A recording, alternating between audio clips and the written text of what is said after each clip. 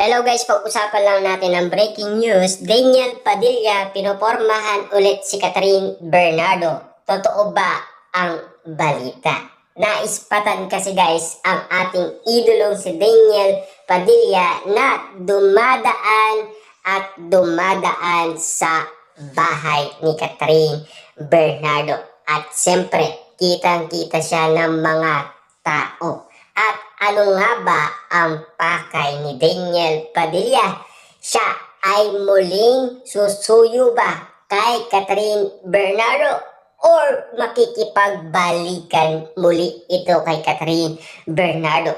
Kaya niya ba talagang patunayan na si Daniel Padilla hanggang ngayon ay hindi pa rin siya nakaka-move on sa nangyaring iwalayan dahil ang hirap nga naman kasing bitawan ang nasabing relationship nila dati na almost 11 years nga naman kasing nagtagal. Kaso nga lang guys, bawal nga naman kasing lapitan ni Daniel Padilla si Catherine Bernardo, lalong-lalo na nandyan si Mangmin Bernardo, si Kate Bernardo, Daddy Teddy Bernardo. Nagawa lang ni Daniel Padilla noong Christmas special dahil wala umano si Mami Min Bernardo sa tabi ni Catherine Bernardo. Kaya nga naman guys, nagkaroon ng pag-asa si Daniel Padilla para makausap ang kanyang dating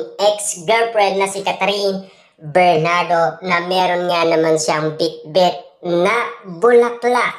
At siyempre, pinag-usapan na sila at kung ano-ano na ang mga reaksyon ng mga netizens patungkol umano sa pagkikitang muli ng Katniel.